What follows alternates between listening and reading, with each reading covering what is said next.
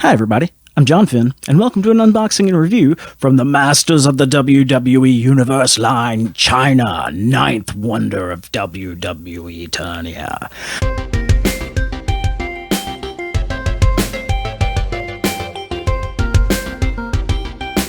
Now, this is unfortunately from the final wave of the Masters of the WWE Universe line.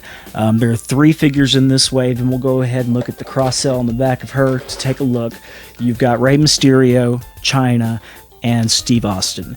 There originally was, I think, going to be Sting in this, but he went to AEW, so that he got pulled from line. It was either Sting or maybe The Fiend, Bray Wyatt. I can't remember exactly. It was someone that WWE released, so they had to get dropped from the line. So this final wave just has 3 wrestlers in it, which is really disappointing because this is such a cool line. It's such a fun crossover, and I hope it doesn't doom the potential of future crossovers with Masters of the Universe, especially the Origins line, because the modularity of them is just so awesome.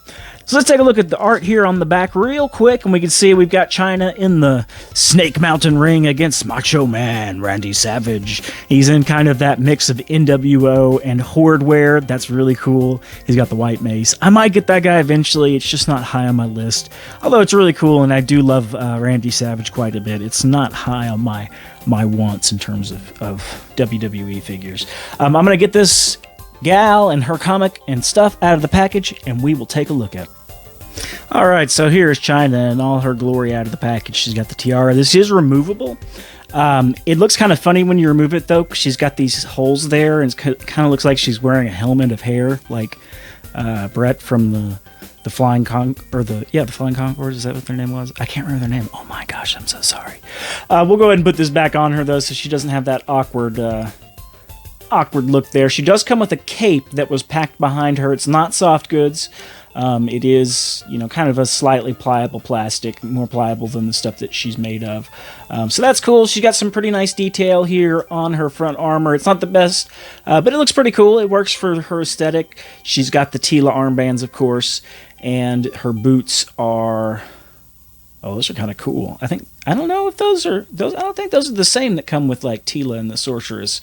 Those are kind of sick. I like those. Maybe those are the kind that come with She-Ra. I don't have her yet. Oh boy, we got to talk about this accessory though. She comes with the comb hatchet, and I don't know why on earth they thought this would be an appropriate accessory weapon for Chyna. One, she doesn't have actual rooted hair, so you can't use the comb portion of it. And 2, I don't know, man. Like that's one of the accessories that came with the original She-Ra, and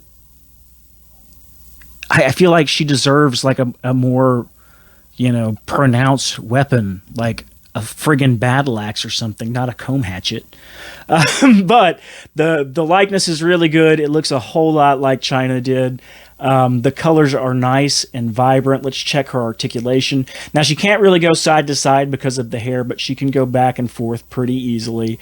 Her shoulders, unlike those Revelation figures, are just fine. Elbows, fine. Wrists, great. She can twist at the waist.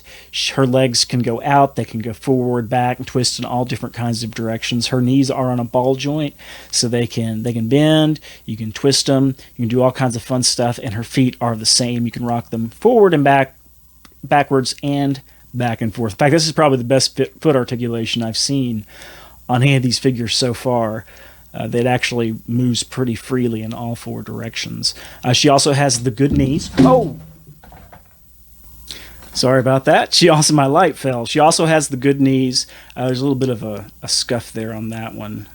It's unfortunate, but that's not that big a deal. Let's see how she does standing up. Uh-oh. Uh-oh. Kate might be making her a little unbalanced.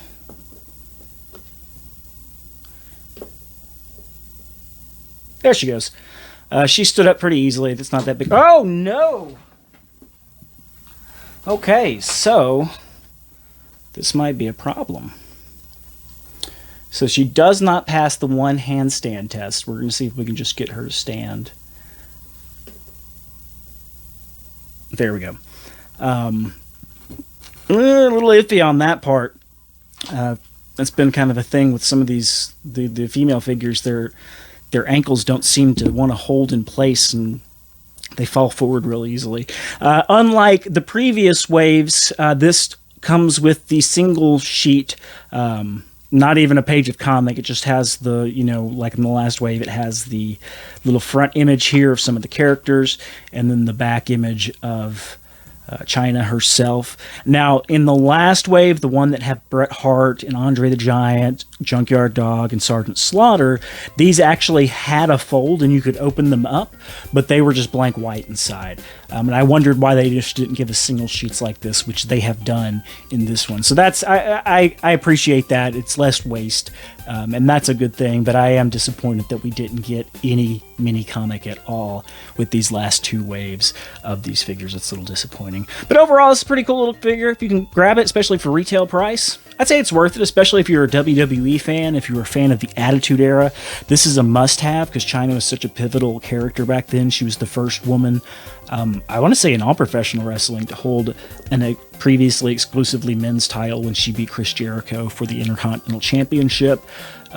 She really did change wrestling during her time, and while it took the women's division a while to catch up to that, I think they're doing her legacy quite proud today, and I'm really glad to have this to add to my collection and the rest of my Origins toys. Well, I hope this told you something about this figure maybe you didn't know, or answered some questions you might have about it, and I hope you keep collecting the way you like to collect, whether that's keeping your figures mock, whether that's opening them for display or for play. However you like to do it, it's the right way to do it. And if anybody else tells you otherwise, tell them to go jump in the lake. I don't care what lake. Preferably one that's deep and cold. If you enjoyed this, please give me a like. Think about subscribing as well, because I'm trying to get to 250 subscribers by the end of 2022, and every single one will help me get towards that goal, and I just really appreciate it. Until next time, I'm Jonathan, and I'm out.